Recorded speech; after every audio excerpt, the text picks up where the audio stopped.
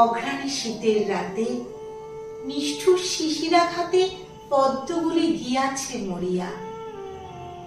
সুদাস মালির ঘরে কাননী সরোবরে একটি ফুটেছে কি করিয়া। তুলি লয়ে বেচিবারে গেল সে প্রাসাদ দ্বারে, মাগিল রাজার দর্শন।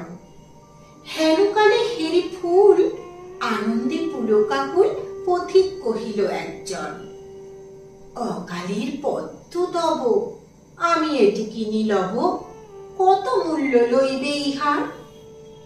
বুদ্ধ ভগবান আজ এসেছেন পুরো মাঝ, তার পায়ে দেব উপহার।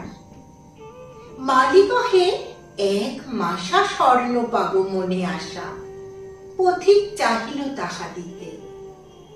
হেনকালে সমারোহে বহু পূজা অর্ঘ বহে, নৃপতি বাহিরে আচম্বিতে। হেরি অকালের ফুল শুধালেন, কত মূল কিনি দিব প্রভুর চরণে।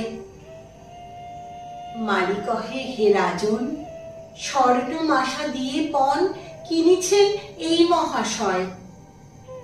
10 মাসা দিব আমি, কহিলা ধরণী স্বামী। 20 মাসা দিব, পান্থ কয়।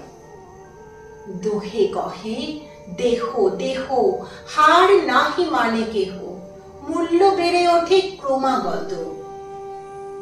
মালি ভাবে, যার তরে এ দোহে বিবাদ করে, তারে দিলে আরো পাবো কত। কহিল সে কর জোরে, দয়া করে ক্ষম মোরে, এ ফুল বেচিতে নাহি মন। এত বলি ছুটিল সে, যেথা রয়েছেন বসে বুদ্ধদেব উজলি কানন। বসেছেন পদ্মাসনে প্রসন্ন প্রশান্ত মনে, নিরঞ্জন আনন্দ মূরতি। দৃষ্টি হতে শান্তি ঝরে, স্ফুরিছে অধর পরে করুণার সুধা হাস্য জ্যোতি। সুদাস রহিল চাহি, নয়নে নিমেষ নাহি, মুখে তার বাক্য নাহি সরে।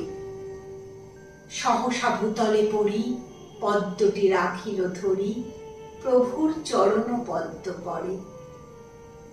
বরশি অমৃত রাশি, বুদ্ধ শুধালেন হাসি, কহ বৎস, কি তব প্রার্থনা।